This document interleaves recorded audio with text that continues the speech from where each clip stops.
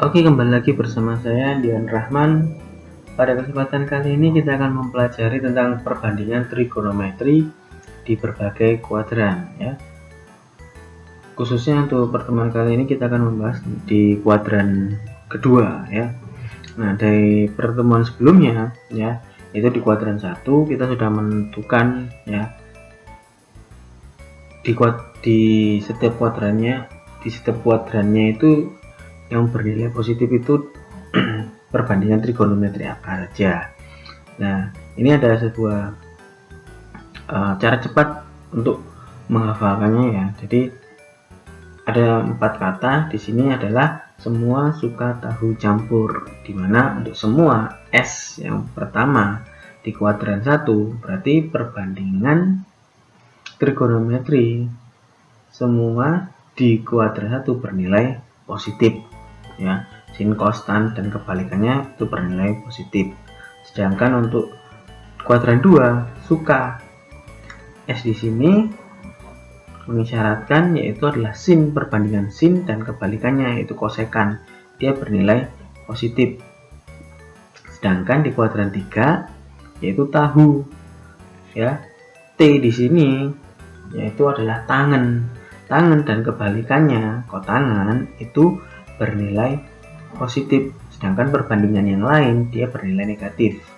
Untuk di kuadran 4 itu adalah campur, yaitu adalah C, di mana perbandingan cos dan sekan dia bernilai positif. Untuk perbandingan yang lain, perbandingan trigonometri yang lain dia bernilai negatif ya. Nah, sekarang kita akan mempelajari di kuadran 2 ya. Itu 180 dikurangi alfa. Nah, kuadran 2 ya, itu adalah suka. Berarti S sin, perbandingan sin dan kebalikan yaitu adalah kosekan, dia bernilai positif ya. Sudut di kuadran 2 hanya sin yang bernilai positif dan kebalikannya. Nah, di kuadran 2 ini ya, rentan sudutnya yaitu antara 90 derajat sampai 180 derajat ya.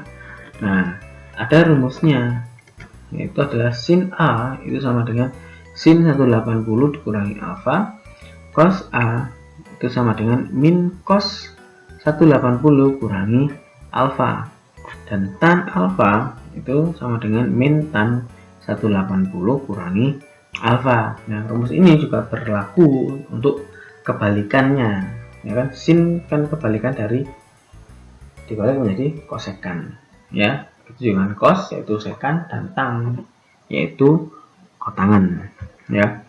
Nah, sekarang kita lanjut ke contoh soalnya. Nyatakan dalam bentuk sudut lancip.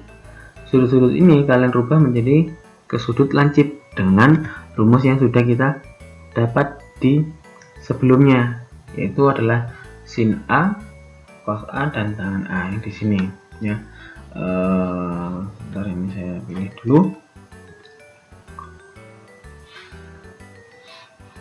Katakanlah di sini adalah rumus yang pertama, ini rumus yang kedua, ini rumus yang ketiga ya. Yang kedua itu jelek banget deh, rumus yang kedua, ini rumus yang ketiga. Nah, dari ketiga rumus ini kita akan merubah nilai yang ada di sebelah kiri ya. Nah, untuk yang pertama di sini ya, untuk yang pertama di sini kita ada sin 110. Nah, sin 110 di sini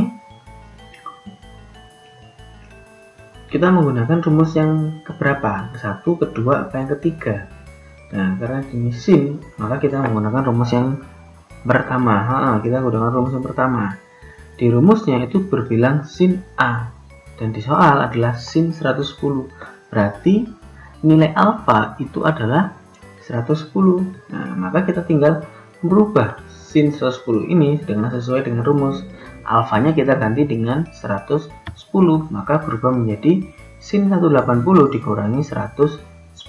Nah, yang di dalam kurung kita kerjakan, berarti sama dengan sin 180 kurangi 110 adalah 70. Nah, itu yang pertama, yang A. Untuk yang kedua, yaitu adalah cos 130. Cos 130 kita menggunakan rumus yang keberapa? 1, 2, atau 3? Kita gunakan rumus yang ketiga. Kedua ya. Cos ya.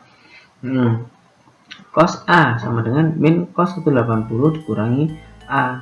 Kenapa kita ada min? Karena nilai 130 ya derajat ini itu berada di kuadran 2.